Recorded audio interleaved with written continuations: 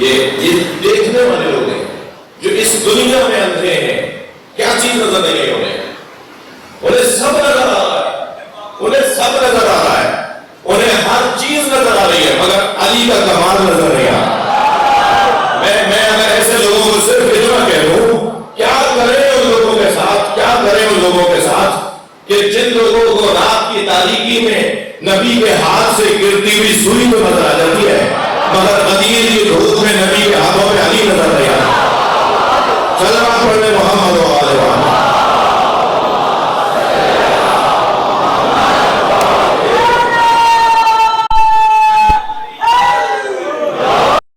من کان فی ہذہ اعمی, جو اس دنیا میں اندھا ہے, وہو فی الآخرۃ اعمی, وہ آخرت میں بھی اندھا ہے. وَأَضَلُّ سَبِيلًا, اسے رستہ نظر نہیں آئے گا, وہ راہ گم کردہ ہوگا, اسے رستہ کوئی نظر نہیں آئے گا. عزیزان گرامی, آج ارادہ کر رہا ہوں, اگر اللہ نے توفیق دی اور آئندہ سالوں میں بھی حاضر رہا, تو آج امام زین العابدین امام سجاد علیہ السلام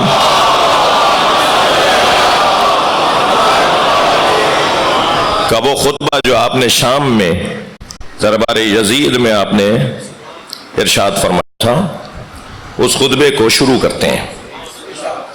وہ خطبہ کم سے کم 15 سے 20 مجلسوں کا مطالبہ کرتا ہے کہ حضرت کے ایک ایک جملے پہ غور کیا جائے. تو یقیناً آج کی اس مجلس میں خطبہ شروع ہونے سے پہلے کا جو منظر ہے, ابھی خطبہ ہم توفیق ہوگی تو آئندہ سال سے شروع کریں گے. خطبہ جب آپ نے شروع کیا ہے اور آپ نے بسم اللہ پڑھی ہے, اور پھر آپ نے حمد و ستائش پروردگار کی ہے, اللہ کی حمد بیان کی ہے, اور پھر رسول اللہ کی ثنا بیان کی ہے, اور پھر آپ نے اپنے بیان کو شروع کیا ہے, اپنے خطاب کو, وہ آج نہیں, وہ توفیق ہوگی تو آئندہ سال سے. توفیق نہیں ہوگی تو خطبہ تو شروع ہی نہیں ہوا تھا, تو خطبے کا مقدمہ ہی اگر آج سن لیا جائے تو میرے لیے غنیمت ہے. ایک صلوات اور پڑھیں.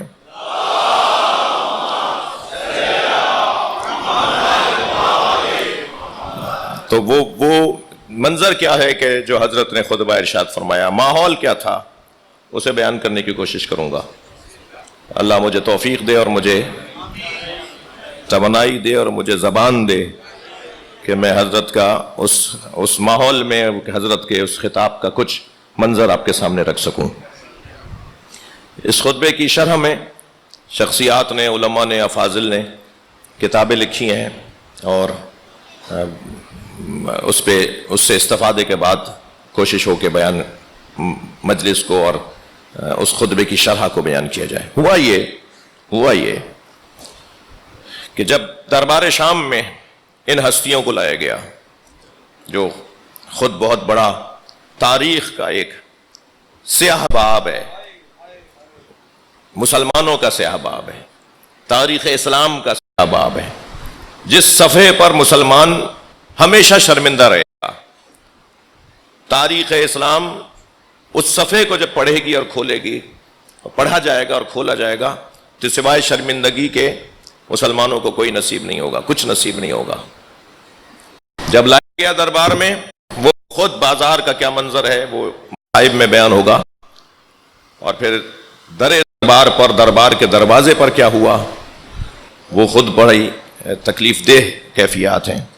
دربار میں آ گئے, بیویاں اسیر کھڑی ہیں, امام سجاد کو علیحدہ کھڑا کیا گیا ہے, اور سیدہ زینب بیویوں کے حلقے میں کھڑی ہیں, اور ان سب کے رسیاں بندھی ہوئی ہیں, اور امام سجاد ایک جانب استادہ ہیں.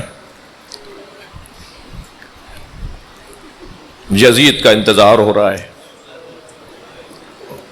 جب وہ آ کے تخت پر بیٹھے گا تب دربار شروع ہوگا. یہ منظر ہے. مہمانوں کو کرسیوں پہ لا کے بٹھایا جا رہا ہے, 500 سے زیادہ کرسی نشین ہیں, 500 سے زیادہ کرسی نشین ہیں. جب میں ابھی خطبے کا وہ مقدمہ پڑھوں گا, ماحول پڑھوں گا, تو اندازہ ہوگا کہ کرسیوں پر بیٹھے ہوئے سب لوگ ایک جیسے نہیں ہیں, سب لوگ دشمن نہیں ہیں. 3 طرح کے لوگ ہیں جو کرسیوں پہ لا کے بٹھائے گئے ہیں, 3 طرح کے لوگ ہیں. کچھ توہین کرنے والے، حد تاکی کرنے والے، بے ادبی کرنے والے بدنیت لوگ ہیں، جو طے ہے کہ وہ بدتمیز لوگ ہیں، بے ادب لوگ ہیں، بدنیت لوگ ہیں، دشمن اہل بیت۔ شاید ہم خطیبوں کو بھی اور ممبر پہ آنے والوں کو بھی اس بات کو سمجھنا چاہیے کہ جب آپ کے پاس مائک آ جائے تو آپ یہ نہیں سمجھیں کہ جو سننے آئے وہ سب آپ سے متفق ہوں گے، یہ ہمیں بھی سمجھنا چاہیے۔ ایک تعداد چاہے وہ 1 ہو، 2000 میں 1 ہو، مگر ایک بھی ہو سکتا ہے کہ جس کی نیت خراب ہو، جو اس مجلس سے متفق نہ ہو، جو اس ماحول سے متفق نہ ہو، وہ دیکھا دیکھی میں نہیں، وہ کسی اور غرض سے آیا ہو۔ یہ جو خود کچھ دھماکے ہوتے ہیں، یہ جو مجلسوں میں بدمزگیاں ہوتی ہیں، یہ جلسوں میں بدمزگیاں ہوتی ہیں، وہ لوگ ہوتے ہیں، وہ بدنیت لوگ، وہ بدخواہ لوگ، وہ بدقماش لوگ۔ دوسرا طبقہ جو ہوتا ہے وہ جاہل اور غافل ہوتا ہے، وہ لگ کر آیا ہوتا ہے کسی کے ساتھ۔ یہ مطلب نہیں ہے کہ وہ آنے والا کسی بدنیتی پر آیا ہے، نہیں، اسے کچھ پتہ ہی نہیں ہے۔ کہاں جا رہے ہو؟ دوست اٹھ کے جانے لگا، کہاں جا رہے ہو؟ کہ فلاں جگہ مجلس ہو رہی ہے، فلاں جگہ مثلاً کوئی اجتماع ہو رہا ہے، فلاں جگہ مثلاً کوئی جلسہ ہو رہا ہے، تو چلو بھائی میں وہی چلتا ہوں۔ اب اس کا کوئی نیت نہیں ہے، غافل ہے، جاہل ہے، اسے پتہ ہی نہیں، وہاں جا کے کہتا ہے ارے بھائی یہ تو بات ہی کچھ اور تھی۔ یہ دوسرا طبقہ ہوتا ہے۔ اور تیسرا طبقہ خوش نیت، حسن نیت رکھنے والے، محب، چاہنے والے ہوتے ہیں، محبت کرنے والے ہوتے ہیں، چاہنے والے ہوتے ہیں۔ اور یقیناً ہماری مجلسوں میں تو 100% کا قائل ہوں کہ 100% وہ خوش نیت اور خوش اسلوب اور خوش ذہن اور خوش عقیدہ لوگ ہوتے ہیں۔ میں انہیں کیوں گنوں؟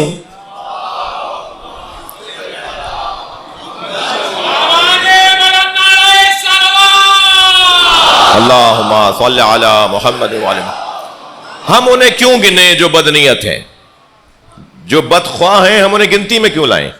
لیکن ایک حقیقت ہے، اسے مجھے مان لینا چاہیے۔ ایک حقیقت ہے کہ ایسا ہوتا ہے، چاہے وہ 1% ہوتا ہے، مگر ہر بڑے اجتماع میں، ہر اجتماع میں وہ 1% بندہ ہو سکتا ہے۔ 10,000 میں 1 ہے تو صحیح، وہ 1 ہی تو بہت ہے۔ چنگاری تو اتنی سی ہوتی ہے جو پورے خرمن کو جلا دیتی ہے، ماچس کی تیلی تو اتنی سی ہوتی ہے جو پورے گھر کو جلا دیتی ہے۔ تو وہ 10,000 میں 1 بھی ہمیں حساب میں رکھنا چاہیے، جس کے لیے ہم اسکاؤٹس کو کھڑا کرتے ہیں، جس کے لیے ہم محافظین کو بلاتے ہیں، جس کے لیے ہم خود ہوشیار اور چوکنا رہتے ہیں۔ دوسرے بدنیت نہیں ہوتے، بلکہ وہ جاہل اور غافل ہوتے ہیں۔ تیسرے ہوتے ہیں، تیسرا طبقہ وہ ہے، یا کہیے کہ اصلی طبقہ وہ ہے، خاص طور پہ مجلسوں میں، وہ جو محبت کرنے والے ہیں، پیار کرنے والے ہیں۔ ابھی آپ سنیں گے کہ یہ کیسے میں نے یہ تقسیم کی ہے کہ ایک مرتبہ انہیں لا کے بٹھا دیا گیا جو تقریباً 500 کی تعداد میں تھے، 500 سے زیادہ تھے، وہ سب آ کے بیٹھ گئے ہیں۔ ان ہستیوں کو لا کے کھڑا کر دیا گیا ہے اور یزید کا انتظار ہو رہا ہے۔ اور پھر جب یزید کرسی پر آ کر اپنے تخت پر آ کے بیٹھا تو اس نے فوراً کہا کہ ہاں بلاؤ شمر کو، خولی کو۔ کون گزارش سنائے گا کہ کیا ہوا ہے؟ رسمی اجلاس ہو رہا ہے، کیا ہوا ہے؟ کہ ایک مرتبہ مختلف ناموں میں سے ایک نام شمر کا ہے، مختلف ناموں میں سے نام ایک عبید اللہ ابن زیاد کا ہے، ایک نام عمر ابن سعد کا ہے، ایک نام خولی کا ہے۔ ان میں سے کسی کو طے کیا گیا کہ جاؤ۔ اس نے جا کر خطاب شروع کیا اور پہلے تو تعریفیں اور چاپلوسیاں کی یزید کی، اور ذل الہی اور نہ جانے کیا کیا، عمر دراز ہو اور سایہ دراز رہے، اور بکواسات کیے پہلے تو یزید کے لیے۔ پھر اس کے بعد اس نے سیدانیوں کی طرف اور امام کی طرف دیکھ کر اس نے کہا ہم نے ان کے مردوں کو مار دیا، ان کے بڑے نے، حسین ابن علی نے بغاوت کی تھی اور امیر کی بیعت نہیں کی اور امیر کی بات کو نہیں مانا، خط بھی لکھا گیا اور پیغام بھی دیے گئے، اور پھر یہ مدینے سے مکہ آ گئے، وہاں بھی ہم نے انہیں سمجھایا، پھر یہ مکے سے کوفے کی طرف جا رہے تھے، پھر وہاں سے یہ کربلا آ گئے، ہم نے انہیں تقریباً 5 مہینے تک سمجھایا مگر یہ نہیں مانے، اور آخر ہم نے کربلا میں گھیر کر انہیں مار دیا۔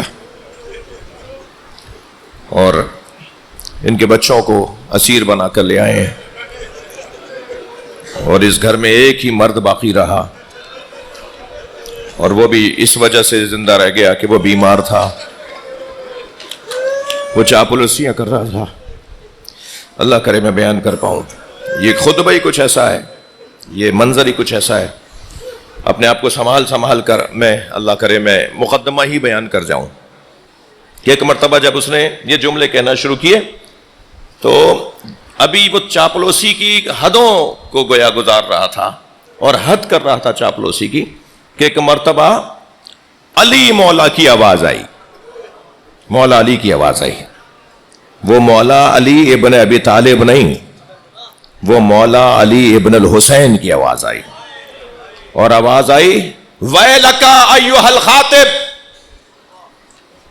اور یہ آواز نہیں تھی، میں اس خطبے کی شرح میں پڑھ رہا تھا، یہ صرف آواز نہیں تھی، ایسا سکتہ طاری ہوا پورے مجمع پر، بڑا دربار ہے، چیخ کر بول رہا ہے، کرسیوں پہ لوگ بیٹھے ہیں، اور ایسے بولا جا رہا ہے کہ یزید تک بات پہنچے اور پورے مجمع تک بات پہنچے۔ تو ایک مرتبہ مولا علی بن الحسین کی آواز وَيْلَكَ أَيُّهَا الْخَاطِبُ، دوزخ میں جا ہے بولنے والے۔ سب نے ایک مرتبہ امام کی طرف دیکھا، کچھ کو تو شک ہونے لگا، کچھ کو تو تردد ہونے لگا کہ آواز ان کی ہے یا کسی اور کی ہے۔ میں خطبے کی شرح میں پڑھ رہا تھا کہ ایسا ماحول بن گیا اس جملے پر، جہنم میں جا ہے بولنے والے، ایسا ماحول بنا اس خطبے پر کہ حتیٰ لوگوں کے سانس لینے کی آواز آ رہی تھی، سانس تیزی سے چلنا شروع ہوا لوگوں کا، اور سانس کی آواز اس ہال کے اندر گونجنے لگی، سناٹا طاری تھا۔ ایک مرتبہ ماحول ہی بدل کے رہ گیا، سب نے دیکھا اس طرف کہ جہاں سے آواز آئی ہے۔ امام نے فرمایا قد اشتریت مرضات المخلوق، یزید کی طرف اشارہ کیا، تو نے مخلوق کی مرضی کو خریدا، بے سخط الخالق، اور خالق کو ناراض کر دیا۔ قد اشتریت مرضات المخلوق، تو نے مخلوق کی مرضی کو خرید لیا، بے سخط الخالق، اور تو نے خالق کو ناراض کر دیا۔ فتبوا مقعدک فی النار، میں زین العابدین کہہ رہا ہوں تو جہنم میں الٹے منہ ڈالا جائے گا۔ ایک مرتبہ یہ جملہ جیسے ہی میرے مولا نے فرمایا، مگر میں چاہوں گا کہ اس جملے کی شرح ہو۔ پہلے تو یہ ڈھونڈا جائے کہ کس کس کے لیے جہنم ہے۔ بھائی جب شرح ہوگی تو ایسے ہوگی نا کہ امام نے جب یہ لفظ استعمال کیا ویلکا، قرآن میں ڈھونڈے ویل کس کس کے لیے ہے، حدیث میں ڈھونڈے ویل کس کس کے لیے ہے۔ امام فرما رہے ہیں ویل ہے تیرے لیے، جہنم ہے تیرے لیے، تیرے لیے جہنم ہے۔ ویل جہنم کا وہ انتہائی تکلیف دہ موقع اور مرحلہ ہوگا جسے ویل کہتے ہیں۔ میں حدیث سنا دوں، یقیناً شرح ایسے ہی مختصر رہنے دیں، آج تفصیل پھر یقیناً اگر توفیق ہوئی تو آئندہ سالوں میں۔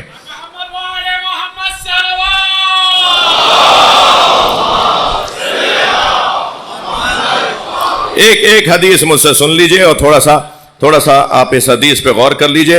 ادھر امام سجاد فرما رہے ہیں تیرے لیے ویل ہے، تیرے لیے جہنم کا وہ تکلیف دہ مرحلہ اور منظر ہے اور وہ جگہ ہے، تو نے مخلوق کی مرضی کو خریدا، خالق کو ناراض کیا، اور تو جہنم میں الٹے منہ ڈالا جائے گا۔ ویل کس کے لیے ہے؟ آواز آئی یا علی ویل لمن ابغضک من بعدی، اے علی جو میرے بعد تم سے بغض کرے اس کے لیے ویل ہے۔ صلوات پڑھے محمد و آل محمد۔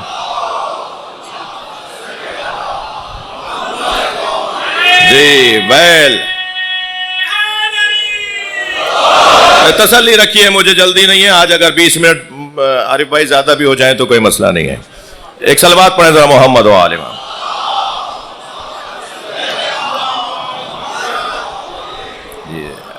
ایھا الخاطب، میرے مولا نے ایھا الواعظ، ایھا الخطیب نہیں فرمایا، ایھا المقرر، ایھا الخطیب، اس کی شرح میں لکھا ہے امام نے خاطب کہا، خطیب نہیں کہا. امام نے خاطب کہا، واعظ نہیں کہا. اس لیے کہ واعظ تو موعظہ کرنے والا ہوتا ہے، یہ تو خود اس قابل ہے کہ اس کو موعظہ کیا جائے، بلکہ یہ تو موعظے سے بھی خارج ہے کہ اس پہ تو موعظہ بھی اثر نہیں کرے گا.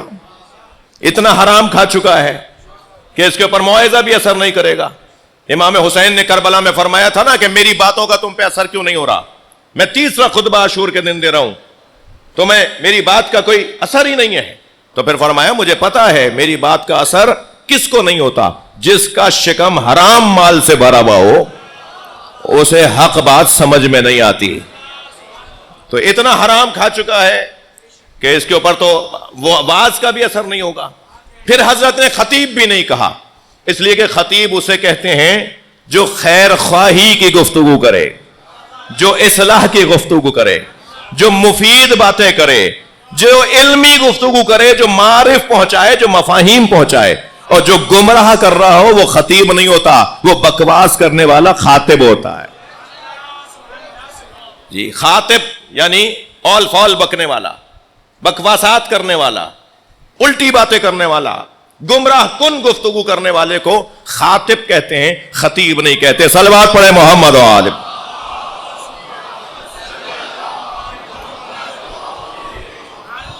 میں آگے بڑھ رہا ہوں تھوڑا سا. پھر میرے مولا نے یزید کو دیکھ کر ارشاد فرمایا، یا یزید اذن لی ان اسعد ھذا الاعواد، اے یزید مجھے موقع دے کہ میں ان لکڑیوں کے ڈھیر پہ جا کے بیٹھوں. امام نے ممبر نہیں کہا. جس ممبر پر بیٹھ کر اہل بیت کے خلاف بات ہو وہ ممبر کہاں ہے، وہ تو لکڑیوں کا ڈھیر ہے. صلوات پڑھے محمد و آل.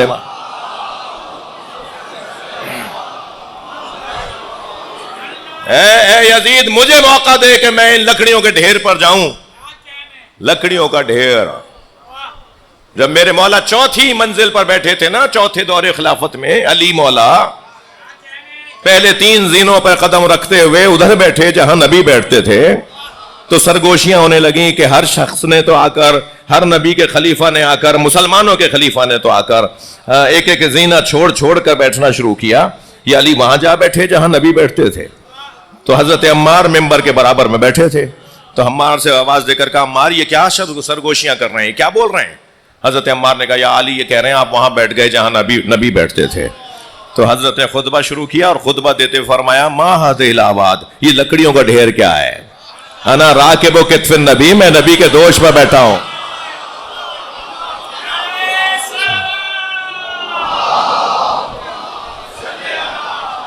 جی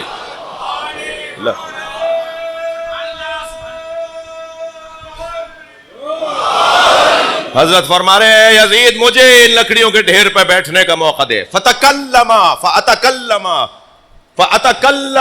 بِكَلِمَاتٍ لِلَّهِ فِيهِنَّ الرِّضَا وَلِهَٰؤُلَاءِ الْجُلَسَاءِ فِيهِنَّ الثَّوَابُ وَالْأَجْرُ. صلوات پڑھے محمد و آل.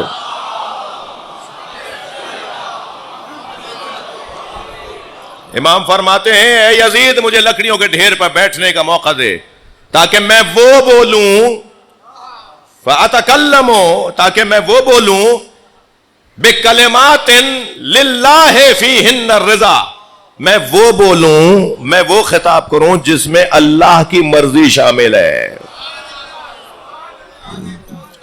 وہ خطاب کروں جس میں اللہ کی مرضی شامل ہے.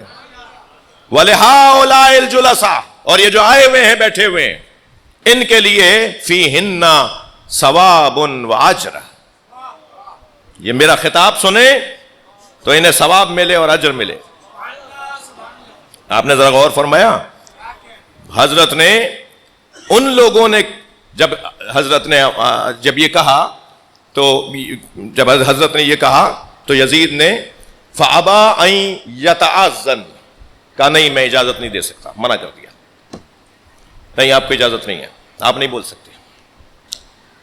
تو ایک مرتبہ ان بیٹھے ہوئے لوگوں میں سے، اب آپ نے دیکھا امام نے جب یہ پہلے کہہ دیا، صلوات پڑھ لیں ذرا محمد و آل، کہ مجھے بولنے کا موقع دے وہ بات کروں کہ جس کے اندر اللہ میرا راضی ہو جائے اور یہ جو بیٹھے ہوئے ہیں انہیں اجر و ثواب ملے. تو گویا امام نے ان لوگوں کے دلوں کو نرم کیا جس کی بنیاد پر آوازیں اٹھنا شروع ہو گئیں. آوازیں اٹھنا شروع ہو گئی. آواز آئی ایک طرف سے, دوسری طرف سے, تیسری. منع کرتا رہا, آوازیں بڑھتی رہیں. اتنی زیادہ آوازیں بڑھیں کہ پھر اسے اجازت دینا پڑی. اور آواز کیا آئی؟ یا یزید اذن لہ, اے یزید اجازت دے. حتی اسمع منہ الشیء, حتی اسمع منہ الشیء. اب کیونکہ روایت ہے تو من اور فی میں بدل نہیں سکتا, جو آیا ہے وہی پڑھوں گا نا. یزید انہیں اجازت دو تاکہ ہم ان سے کچھ سنیں. ایک آواز کو چپ کروایا, دوسری آواز کو چپ کروایا. کچھ لوگ قریب جا جا کے لوگوں کو بٹھاتے تھے, مگر وہ تو بڑھتی چلی گئی آوازیں, اور بار بار آواز آنے لگی کہ نہیں. تو یزید نے جواب کیا دیا؟ یزید کہتا ہے اللہ اکبر, فضیلت تو ہے ہی وہ کہ جس کا دشمن اقرار کرے. الفضل ما شہدت بہ العادہ. صلوات پڑھ لیں ذرا محمد و آلہ.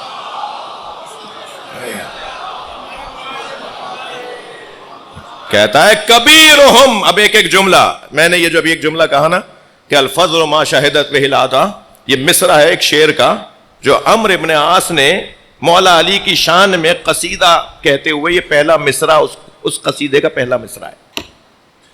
اور عمرو عاص کا سب کو پتا ہے کہ مولا علی کے کھلے مخالفوں اور دشمنوں میں سے ایک نام جی ابن عباس سے سامنا ہو گیا. مولا کی شہادت کے بعد ابن عباس علی کو دنیا سے گئے ہوئے اتنی مدت گزر گئی, یاد آتے ہیں. جیسے ہی کہا تو ابن عباس کی تو آنکھوں میں آنسو آ گئے. ابن عباس رونے لگے مولا کا ذکر, جب مولا کے دشمن نے ذکر کیا تو ان کی آنکھوں میں آنسو آ گئے. کہنے لگے کیا سمجھتے ہو, میرا ان سے دشمنی کا معاملہ اپنی جگہ, مگر علی کے کمالات کا معترف ہوں, علی کی عظمت کا معترف ہوں.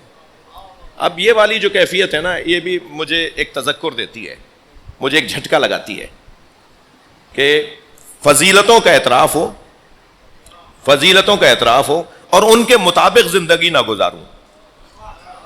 بس اتنا کافی ہے. صلوات پڑھے محمد و آلہ. اور بلند صلوات پڑھ لے مولا کی ذات پر. اللہم. میں مقایسہ نہیں کر رہا کسی کے ساتھ, مگر ایک ہوشیاری ہے اس جملے کے اندر. تو کہتا ہے کیا سمجھتے ہو کہ تم ہی علی کو مانتے ہو, میں بھی ان کی فضیلتوں کا معترف ہوں. اور کہا ذرا رکو. اپنے خیمے میں گیا, وہاں سے اپنے صندوق سے ایک کاغذ نکال کے لایا, ایک تحریر نکال کے لایا. وہ کاغذ پہ تھی, کھال پہ تھی, ایک تحریر لے کر آیا. اور پھر مولا کی شان میں جو قصیدہ اس نے خود لکھا تھا, شاعری کی تھی, وہ مولا کی شان میں وہ اس نے قصیدہ سنایا حضرت ابن عباس کو. اس کا پہلا جملہ, پہلا مصرع ہے یہ الفضل. وہ خود کہتا ہے, یہ اس کا مصرع ہے, الفضل ما شہدت بہ العادہ. فضیلت تو ہے ہی وہ جس کا دشمن اقرار کرے. اب جب یہ کہا گیا, آوازیں آنے لگی یزید اجازت دو, یزید اجازت دو, انہیں بولنے کا موقع تو یزید نے کیا جملہ کہا؟ یزید کہتا ہے کبیرہم لا یقاس والصغیرہم, کبیرہم لا یقاس والصغیرہم جمرۃ لا تداس. یزید کے پہلے جملے جواب, کبیرہم لا یقاس والصغیرہم جمرۃ لا تداس انہ من اہل بیت قد زق العلم زقا. ان کے بڑے وہ ہیں جن سے کسی کا مقایسہ نہیں ہو سکتا, اور ان کے بچوں کے تیروں سے کوئی بچ نہیں سکتا. اور جان لو یہ اہل بیت ہیں جنہیں گھٹی میں علم دیا جاتا ہے. ان اسعدا, اگر یہ ممبر پہ چلا گیا, لم ينزل الا بفضیحتی وفضیحت آل ابی سفیان. اگر یہ ممبر پہ چلا گیا تو مجھے اور میرے اجداد کو ذلیل کیے بغیر اترے گا نہیں.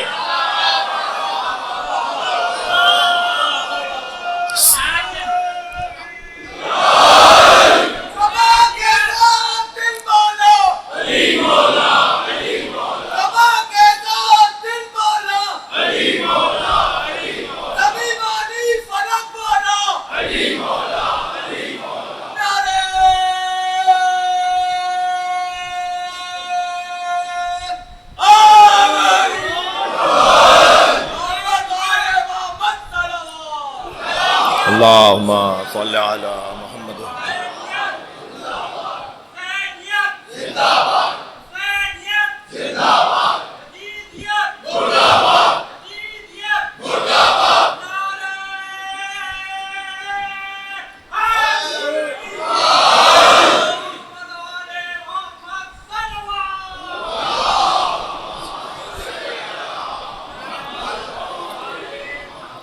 امام ممبر پہ گئے، حمد و ستائش پروردگار اور درود و سلام نبی مکرم پر پڑھنے کے بعد آپ نے فرمایا من عرفنی عرفنی من لم یعرفنی فعرفنی، جو مجھے جانتا ہے وہ جانتا ہے اور جو نہیں جانتا وہ جان لے۔ پھر حضرت نے حمد و ستائش پروردگار اس لیے سج کر کی جسے آئندہ بیان کیا جائے کہ یہ تو یہ کہہ رہے تھے نا کہ یہ باغی ہو گئے، وہ حمد کی ہے اللہ کی۔ اور پھر خطبے کے اختتام پر طویل خطبہ ہے شام کے دربار کا، جب دیکھا کہ ذلت اور خواری ہر طرف سے برس رہی ہے، یزید ہر اعتبار سے ذلیل ہو گیا، تو اس نے مؤذن کو اشارہ کیا کھڑا ہو جا۔ اور جب مؤذن نے اللہ اکبر کہا تو امام نے ہر جملے پر اللہ کے لیے ایک علیحدہ تعریفی جملہ کہا، اور جب اشہد ان لا الہ الا اللہ، پھر جب اس نے اشہد ان محمد رسول اللہ کہا تو امام نے مؤذن کو آواز دے کر کہا رک جا، یہاں رک جا۔ وہ رک گیا۔ پھر امام نے یزید کو دیکھ کے کہا یہ محمد الرسول اللہ میرا نانا ہے، تم نے رسول اللہ کے نواسے کو کربلا میں ذبح کیا ہے۔ پھر دوسری طرف سے ایک مؤذن کو کھڑا کیا گیا، اور جیسے جیسے اذان بڑھتی جاتی تھی اور امام اپنے خطبے میں ایک ایک جملے کی شرح کرتے تھے تو ماحول یہاں تک پہنچا کہ ایک شخص نے آ کر امام کو تعزیانہ مارا۔ اجرکم علی اللہ۔ یہ سمجھ رہے تھے کہ تعزیانہ مارنے سے امام خاموش ہو جائیں گے۔ ایک مرتبہ وہاں بیٹھے ہوئے میں سے چند لوگ کھڑے ہو گئے اور سب وہ آوازیں دے کر کہنے لگے یزید یہ ہمارے نبی کے نواسے کا بیٹا ہے۔ دربار میں ایک بغاوت کا ماحول ہونے لگا۔ پھر دوبارہ سے ماحول کو اپنی جگہ لانے کی کوشش کی گئی۔ اسی اثنا میں ایک تشت لا کے رکھا گیا۔ مجمع سمجھ نہیں پایا تھا کہ اس تشت میں کیا رکھا ہے، مگر یزید کے برابر میں ایک چھڑی رکھی تھی۔ اجرکم علی اللہ، اجرکم علی اللہ۔ آج شب شہادت بھی ہے اور آپ آمادہ بھی ہیں گریہ کے لیے۔ اس نے اس چھڑی سے رومال ہٹایا، جو اس تشت پہ رومال ڈھکا ہوا تھا، رکھا ہوا تھا، اس رومال کو اس نے اپنی چھڑی سے ہٹایا۔ تو جب رومال ہٹا تو سب سے پہلے جناب زینب کی آواز آئی، السلام علیکہ یا ابا عبداللہ، السلام علیکہ یا ابا عبداللہ۔ بیویوں کی آوازیں بلند ہوئی، امام سجاد کی آواز بلند ہوئی۔ اس نے اس چھڑی سے امام حسین کے لبوں کو، سخت جملہ ہے، اس چھڑی سے امام حسین کے لبوں پہ وہ چھڑی لگانا شروع کی کہ وہاں ایک صحابی رسول زید ابن ارقم بیٹھے تھے۔ اس وقت تک تو وہ اس کا حصہ تھے، مگر یہاں آ کر اس کا بھی ضمیر بیدار ہو گیا۔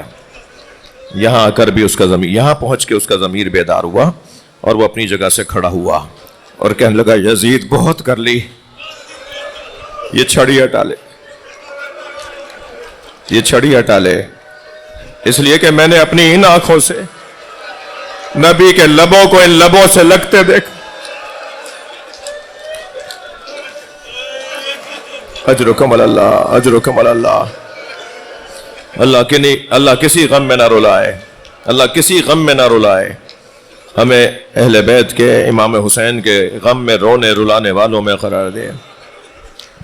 عزادارو، دربار میں یہ منظر بنا کہ ایک مرتبہ امام سجاد جب خاموش ہوئے تو پھر بیویوں کے حلقے سے ایک بیوی کی آواز آئی، اور وہ آواز مولا علی کے لہجے کی آواز تھی، اور وہ آواز جناب زینب کی آواز تھی۔ پھر لوگوں کی آوازیں بلند ہوئیں کہ علی کی بیٹی کو بولنے دیا جائے، تو کچھ سپاہی بیوی کو باہر لانے کے لیے بڑھے، تو جناب فضہ نے آگے بڑھ کر کہا زینب حلقے میں رہے گی، زینب کو میں اکیلے باہر نہیں بھیجوں گی۔ تو ایک شخص نے جناب فضہ کے سر پہ تازیانہ مارا، جناب فضہ نے حبشی غلاموں کو آواز دی، حبشیوں تمہاری غیرت کو کیا ہوا ہے؟ تمہارے قبیلے کی عورت کو مارا جا رہا ہے اور تم تماشائی دیکھ رہے ہو۔ تلواریں نکلنا شروع ہو گئیں، یزید کو آوازیں آنا شروع ہو گئیں، یزید غلاموں کو پیچھے ہٹاؤ، سپاہیوں کو پیچھے ہٹاؤ، یہ ہمارے قبیلے کی عورت ہے۔ رونے والوں، حق ہے نا پھر اس جگہ رویا جائے کہ جناب زینب نے مدینے کا رخ کیا، آواز دے کر کہا نانا بھرے مجمع میں کوئی نہیں ہے جو کہے نبی زادی کو نہ مارو۔ آواز دی گئی زینب جہاں ہے وہیں سے بات کریں۔ جناب زینب نے خطبہ ارشاد فرمایا، مجھے مصائب پورے پڑھنے دیں گے میرے عزیز۔ جناب زینب نے خطبہ ارشاد فرمایا، اس خطبے میں فرمایا یا یزید کد قیدک وجہت جہدک فوالذی شرفنا بالوحی والکتاب۔ اے یزید جتنی چالیں تو چل سکتا ہے ہمارے خلاف چل، جتنی سازشیں تو ہمارے خلاف کر سکتا ہے کر، مگر اس شرف کو ہم سے نہیں چھین سکتا جو شرف اللہ نے ہمیں قرآن اور نبوت کی صورت میں عطا کیا ہے۔ اور سن ان اخل حسین لا یترک فی الکوفہ الا وفیہا باکن و باکیہ، سن میرے بھائی حسین نے کوفے میں کوئی گھر نہیں چھوڑا جہاں جنازہ نہ بھیجا ہو۔ میرے پیاسے بھائی نے، میرے مظلوم بھائی نے ہر گھر میں ایک جنازہ بھیجا ہے۔ آواز دی گئی بتاؤ سچ کیا ہے؟ تو ایک شخص کھڑا ہوا جو یزیدی سپاہ کا سپاہی تھا، اس نے کہا یہ بی بی سچ کہہ رہی ہے، حسین دلوں پر دل باندھ کر آئے تھے، ہم حسین کا ایک دل توڑتے تھے دوسرا دل جوان ہوتا، ہم نے علی اکبر مارا تو انہوں محمد باہر آ گئے، ہم نے انہوں محمد مارے تو قاسم باہر آ گیا، ہم نے قاسم کو مارا تو عباس باہر آ گیا، اور جب حسین کے پاس کوئی نہ رہا تو علی اصغر کو لے آئے، اور جب ہم نے علی اصغر بھی مار دیا تو حسین خود باہر آ گئے۔ اجرکم اللہ، اجرکم اللہ، حوصلہ کر کے روئیں گے، مجھے جلدی نہیں ہے، رونے کی رات ہے، پرسے کی رات ہے۔ اجرکم اللہ، اللہ آپ کو کسی غم میں نہ رلائے۔ میں آپ رونے والوں سے ایک سوال کروں، اگر ہمارے گھر کی خاتون، ہمارے گھر کی بچی بی بی، ہمارے گھر کی کسی عورت کی طرف کوئی اجنبی دیکھ رہا ہو، ہمارا کیا حال ہوتا ہے؟ ہمارا کھانا پانی اٹھ جاتا ہے۔ یہ ہماری بچی کے ساتھ کیا ہوا؟ بیٹا کیوں گئی تھی وہاں؟ بیٹا وہاں کیوں گئی تھی؟ اور اگر ہماری دسترسی ہوتی ہے تو اس شخص تک پہنچ کے کہتے ہیں یہ کیا کر رہے ہو؟ تمہاری ماں بہنیں نہیں ہیں؟ تم اولاد والے نہیں ہو؟ سلام ہو امام سجاد پر،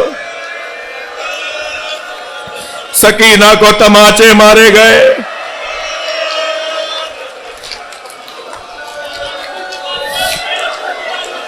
اجرکم اللہ، اجرکم اللہ، اجرکم اللہ۔ اللہ ان آوازوں پر رحمت نازل فرمائے۔ اور اسی کیفیت میں جو آپ کی حالت ہے نا اس وقت، اسی کیفیت میں امام زمانہ کو بھی بلائیے۔ مولا کچھ دیر کے لیے امام بارگاہ علیہ با کی اس مجلس میں آ جائیں۔ مولا یہ آپ کے چاہنے والے آپ کو پرسہ دینا وہ منظر کیسے دیکھا امام سجاد نے جب سکینہ اونٹ سے گرائی گئی۔ ہم ذاکرین پڑھتے ہیں کہ بی بی اونٹ سے گر گئی تھی۔ میں نے ریاض القدس کے اندر رجر ابن قیس نامی ظالم کی روایت پڑھی کہ جب جناب سکینہ کو بابا کا سر نظر آتا تھا، کبھی چچا عباس کا کٹا ہوا سر نظر آتا تھا، تو فریادیں کرتی تھی چچا بچاؤ، بابا اپنے ساتھ لے جاؤ. سارا قافلہ روتا تھا. تو ان ظالموں نے آپس میں طے کیا کہ کیا کریں اس بچی کا رونا بند ہو جائے. تو رجر ابن قیس نامی ظالم نے کہا تم اس کا اونٹ آخر میں لے آؤ، میں اسے اونٹ سے گرا دوں گا، تم قافلہ آگے بڑھا دینا. عزادارو کیسے پڑھوں؟ اس ظالم نے بی بی کا کرتا پکڑ کے کھینچا. جناب سکینہ اونٹ سے زمین پر آئی، قافلہ آگے بڑھا. سکینہ بی بی پیچھے پیچھے دوڑتی، بھیا مجھے ساتھ لے جاؤ. پھوپھی اماں میں گر گئی.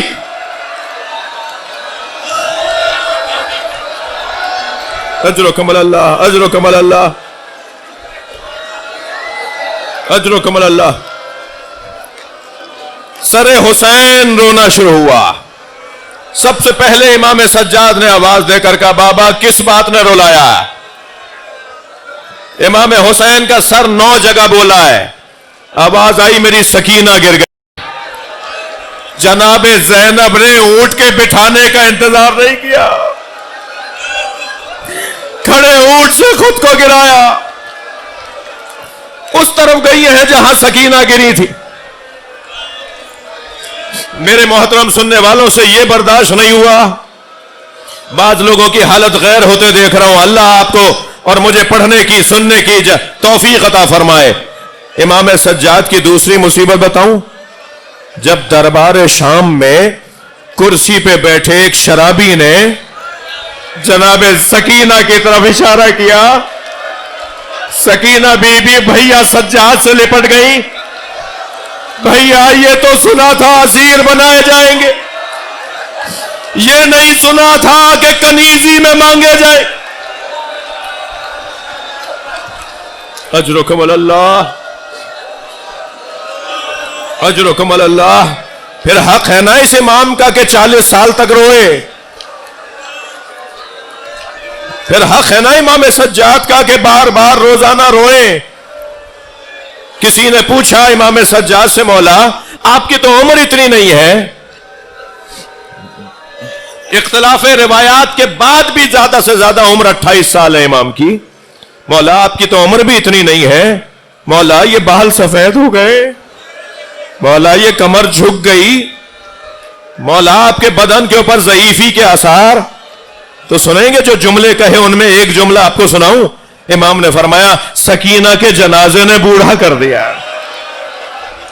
وہ زندان شام میں ننھا سا جنازہ. اجرکم اللہ، اجرکم اللہ. جب غسالہ بلائی گئی اور وہ غسل دینے کے لیے پردے کے پیچھے گئی تو روتی ہوئی باہر آئی اور امام کے سامنے بیٹھ کر کہنے لگی آپ کی بہن کو کیا بیماری تھی؟ امام نے فرمایا میری بہن کو کوئی بیماری. آوازوں کو آزاد کریں جنہیں رونا آ رہا ہے، اور جنہیں رونا نہیں آ رہا وہ آنسو مانگے. شب شہادت کی مجلس ہوتا ہے، آنکھوں میں آنسو بعض لوگوں کے نہیں آتے. اللہ سے کہے مولا ایک قطرہ عشق اس کے مصیبت میں عطا کر دے جس نے 40 سال خون رویا. یہ بی بی آ کے بیٹھی کہنے لگی زین العابدین ہے اسیر زندان، آپ کی بہن کو کیا بیماری تھی؟ امام نے فرمایا میری بہن کو کوئی بیماری نہیں تھی. کہنے لگی جب میں نے کرتا علیحدہ کیا ہے تو بدن پہ نیلے نشان. امام نے فرمایا یہ تازیانوں کے نشان.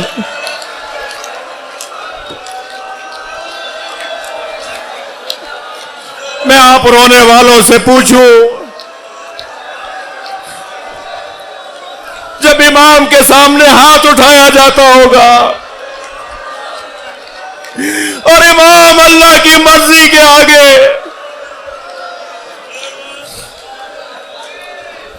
اللہ رے مصیبت. اجرکم اللہ.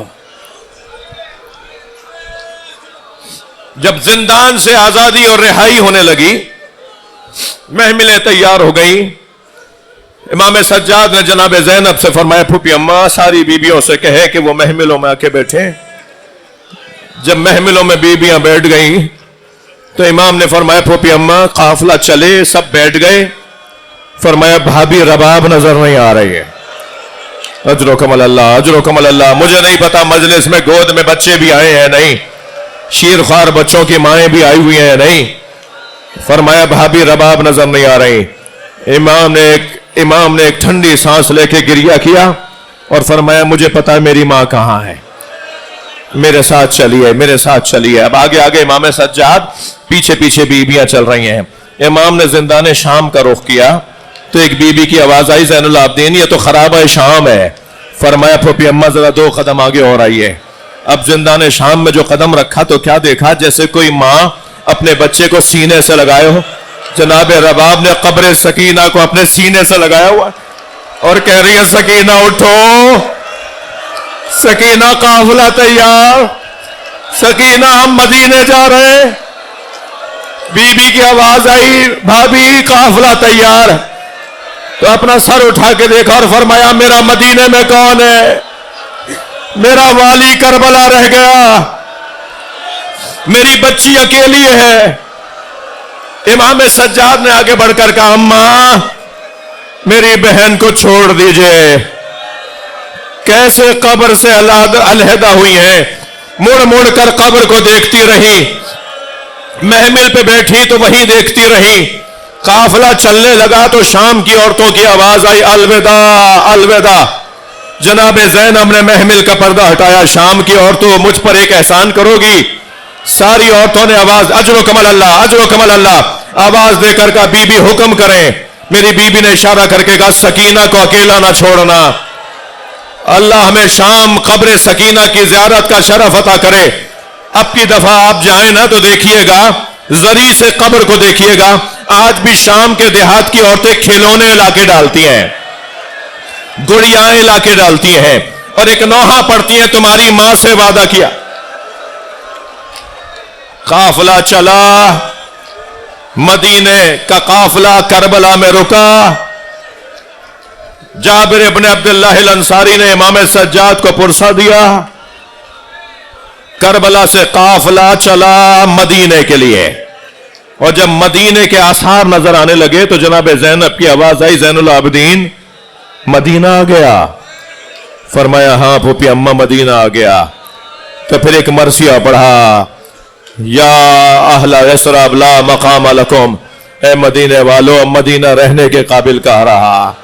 یا مدینہ تجدنا لا تقبلینا, اے مدینہ جد, اے میرے نانا کے مدینے ہمیں قبول نہ کرنا.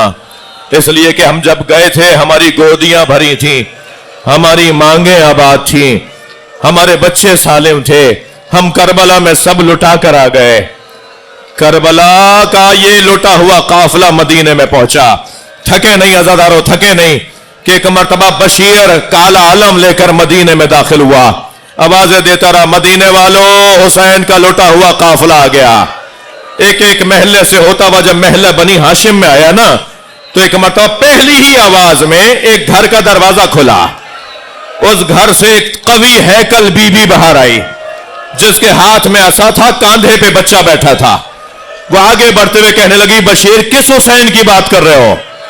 بشیر نے کہا بی بی میں جان سکتا ہوں آپ کون ہیں؟ تو آواز آئی میں عباس کی ماں ام البنین.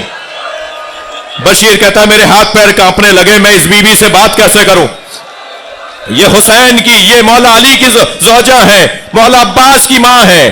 تو گھبرا کے کہنے لگے بی بی میں آپ کو عباس کا حال بتاؤں؟ کہا نہیں مجھے حسین کا حال بتاؤ. کہا بی بی میں آپ کے اون کا حال بتاؤں؟ چاروں بیٹوں کے نام بشیر نے لیے اور بی بی کہتے نہیں مجھے حسین کا حال بتاؤ. تو میں نے کہا بی بی حسین کو کربلا میں پیاسا مار دیا. بس یہ جملہ کہنا تھا, اس نے زمین پر پیر مارا اور کہا عباس کہاں تھا جب حسین مارا گیا؟ عباس کہاں تھا؟ کبھی بھی عباس کے بازو کاٹے جا. اجرکم اللہ اجرکم اللہ اجرکم اللہ. مقبول مجلس ہے میرے عزیز دوستو, کسی کو دھکا نہ لگ جائے. امام سجاد آئے ہوئے ہوں گے نا آج, تو میں بیویوں سے کہوں گا ایک دادی ایک پوتی کو لائی ہے نا, اور وہ پوتی پوچھ رہی ہوگی نا دادی ایسے کیوں رو رہے ہیں؟ تو وہ دادی کہتی ہے سکینہ یہ تمہارے بابا کو کاش یہ کربلا میں ہوتے. ساری زندگی امام سجاد نے کربلا، حسین مولا کی مظلومیت اور ایک بھائی کو بہت یاد کرتے تھے. اس بھائی کا نام بتاؤں؟ جب کبھی کسی نے امام سجاد کے سامنے علی اکبر کا نام لیا، اجرکم اللہ، اجرکم اللہ، جب کبھی کسی نے امام سجاد کے سامنے جناب علی اکبر کا نام لیا تو گھنٹوں روئے ہیں اور اپنے بھائی کا حسن بتاتے تھے، اپنے بھائی کی آنکھوں کا، اپنے بھائی کے چہرے کا رنگ بتاتے تھے، چلنے کا انداز بتاتے تھے اور روتے جاتے تھے اور پھر کہتے تھے ایسے حسین بھائی کے سینے پہ برچھی مار دی. اور اس بھائی کو بھی اپنے اس بھائی سے ایسے ہی پیار کہ جب جناب علی اکبر سے امام حسین نے فرمایا تھا نا کہ بیٹا جاؤ خیموں میں جا کر بیویوں سے اجازت لو، اور حضرت علی اکبر نے ساری بیویوں سے اجازت لی، تو ایک مرتبہ جناب زینب سے فرمایا پھوپھی اماں میں بھیا سجاد کے خیمے میں جا رہا ہوں. اور امام سجاد کے خیمے میں جب پہنچے تو امام سجاد غشی کی کیفیت میں تھے، امام سجاد غشی کی کیفیت میں تھے. امام سجاد نے محسوس کیا جیسے کوئی تلووں کا بوسہ دے رہا ہے. سنیں گے زدارو، حضرت علی اکبر نے رخصت کیسے لی امام سجاد سے؟ پیروں میں بیٹھ گئے اور دونوں پیروں کو پکڑ کے تلووں کا بوسہ دیا. میں حضرت علی اکبر سے ہاتھ جوڑ کر کہوں مولا ہاتھوں کا بوسہ دیا ہوتا، پیشانی کا بوسہ دیا ہوتا، مولا مولا یہ آپ نے تلووں کا بوسہ، عجب نہیں آواز آئے ان پیروں میں کانٹے چبھیں گے، میرا بھائی کوفہ شام کی سخت راہوں سے گزرے گا. اجرکم اللہ. مدینے میں جب کبھی امام سجاد باہر نکلے تو لوگ امام کو آتے دیکھتے تھے تو پرسہ دیتے تھے. امام ایک دن مدینے میں گزر رہے تھے کہ ایک شخص آواز دے کر کہہ رہا تھا انا الغریب فرحمونی، میں غریب ہوں مجھ پہ رحم کرو. امام کی آنکھوں میں آنسو آنا شروع ہو گئے. جب اس نے دوبارہ کہا امام کا بدن کانپنے لگا. امام کے ساتھیوں نے امام کو سنبھالا. امام نے فرمایا اس کو میرے قریب لے آؤ. جب وہ قریب آیا امام نے فرمایا غریب کسے کہتے ہیں؟ کہنے لگا میں غریب ہوں، کسی اور شہر سے آیا ہوں، کوئی میرے اوپر رحم کرے، میں اس شہر کا رہنے والا نہیں ہوں. امام نے فرمایا اگر تو مر گیا تو تجھے کوئی دفنائے گا یا نہیں؟ کہنے لگا یہ مسلمانوں کا شہر ہے، مجھے لوگ کیوں نہیں دفنائیں گے؟ امام نے فرمایا اگر ابھی تو کسی سے کہے مجھے پانی پلا دو تو تجھے کوئی پانی پلائے گا یا نہیں؟ کہنے لگا سب میرے لیے پانی لے کر آئیں گے. امام نے فرمایا تو کچھ مانگے گا تجھے دیں گے، تو مر جائے گا تجھے کفن پہنائیں گے، پھر بھی تو کہہ رہا ہے غریب ہوں. غریب تو وہ ہے جس کا لاشا 3 دن بے گور و کفن رہا، وہ اپنے علی اصغر کے لیے پانی مانگتا رہا.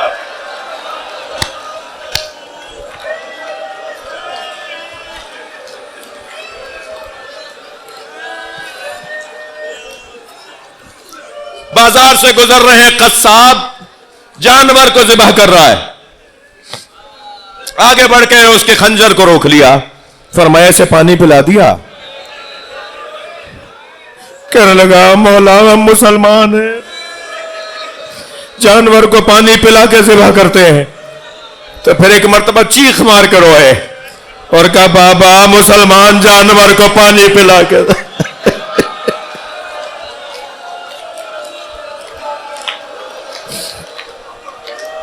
اجرکم اللہ. ہو گئی مجلس، گریا ہو گیا عزادارو. 40 سال امام سجاد نے گریا کیا. میرا دل کہہ رہا ہے تھکے نہیں، میرا دل کہہ رہا ہے کہ وہ ایک منظر اور آپ کے سامنے رکھوں کہ جب ابو حمزہ صومالی امام سجاد سے ملنے آئے اور غلام نے انہیں صحن سے گزار کے حضرت کے حجرے میں پہنچایا، وہ کہتے ہیں میں جب جا رہا تھا میں نے دیکھا ایک بی بی ہے جو برقع پہنے دھوپ میں بیٹھی ہے. کہتے ہیں میں نے حضرت کے حجرے میں بہت دیر حضرت سے استفادہ کیا، میں اپنے شبہات اپنے سوالات لے کر آیا تھا. جب میں نے وہ استفادہ کیا اور میں واپس جانے لگا تو غلام نے مجھے صحن سے گزارا. جب میں صحن سے گزرنے لگا تو میں نے دیکھا دھوپ ڈھل گئی ہے وہ بی بی جہاں بیٹھی تھی وہاں سایہ آ گیا ہے، اور جہاں دھوپ آ گئی ہے وہ بی بی برقع پہنے ایک بی بی دھوپ میں بیٹھی ہے۔ تو میں کھڑا ہو گیا تو امام سجاد کی آواز آئی، ابو حمزہ کیوں رک گئے ہو، کیوں کھڑے ہو؟ تو میں نے ہاتھ جوڑ کر کہا مولا شاید کسی غلطی پر آپ نے اپنی کنیز کو سزا دی ہے، مولا میری وجہ سے اسے معاف کر دیں۔ فرمایا میری ماں رباب ہے، میرے بابا سے کربلا میں وعدہ کر کے اجرکم اللہ 40 سال امام سجاد روتے رہے، اور پھر جب حشام نے میرے مولا کو زہر دے دیا، حشام ابن عبد الملک نے جب میرے مولا کو زہر دے دیا، اور زہر کا اثر یہ ہوا کہ امام سے لیٹا نہیں جا رہا تھا۔ اجرکم اللہ، اجرکم اللہ۔ کبھی اٹھتے تھے، کبھی کرمٹ لیتے تھے، کبھی بیٹھ جاتے تھے، کبھی زمین پہ بیٹھتے تھے، کبھی بستر پہ آ جاتے تھے، اور امام محمد باقر ساتھ ساتھ ہیں۔ اجرکم اللہ کہ ایک مرتبہ وہ وقت آ گیا جس کا آپ انتظار کر رہے ہیں۔ ابھی آپ تابوت کی زیارت کریں گے نا، امام سجاد کے جنازے میں سب سے زیادہ امام باقر رو رہے تھے۔ جب کسی نے کہا آپ صابروں کے امام ہیں، تو فرمایا میں اس جنازے میں شریک ہو کے اس لیے رو رہا ہوں کہ جس کے جنازے کو بے گور و کفن دیکھ کر آیا تھا، اس کے بیٹے کا جنازہ شان سے اٹھایا جا رہا ہے۔ امام محمد باقر کو قریب بلایا، آخری جملے، امام محمد باقر کو قریب بلایا، شہادت قریب ہے۔ امام نے فرمایا محمد باقر تم کربلا میں کئے برس کے تھے، کتنے برس کے تھے؟ فرمایا بابا میں 3 برس کا تھا۔ بیٹا کچھ یاد ہے تمہیں کیا ہوا کربلا میں؟ کہ بابا مجھے سب یاد ہے۔ ہاتھ میں ہاتھ لیا ہوا ہے، امام محمد باقر کا ہاتھ پکڑا ہوا ہے، اور ایک مرتبہ امام سجاد علیہ السلام ان سے پوچھ رہے ہیں بیٹا کیا دیکھا؟ فرمایا بابا میں نے دیکھا دادا حسین چچا علی اکبر کا لاشا لائے، بابا میں نے دیکھا دادا حسین علی اصغر کا گلا چھدا لاشا لائے، بابا میں نے دیکھا بابا حسین گھوڑے سے گرے، بابا میں نے دیکھا دادا حسین پہ گھوڑے دوڑائے گئے۔ امام سجاد ہر ایک مصیبت پہ چیخ مار مار کے روتے تھے، لیکن عزادارو ایک جملے پر آواز آئی انا للہ، اور وہ جملہ بتاؤں کیا تھا؟ بابا میں نے دیکھا دادی زینب کے سر سے چادر، آواز آئی انا للہ، ماتم حسین۔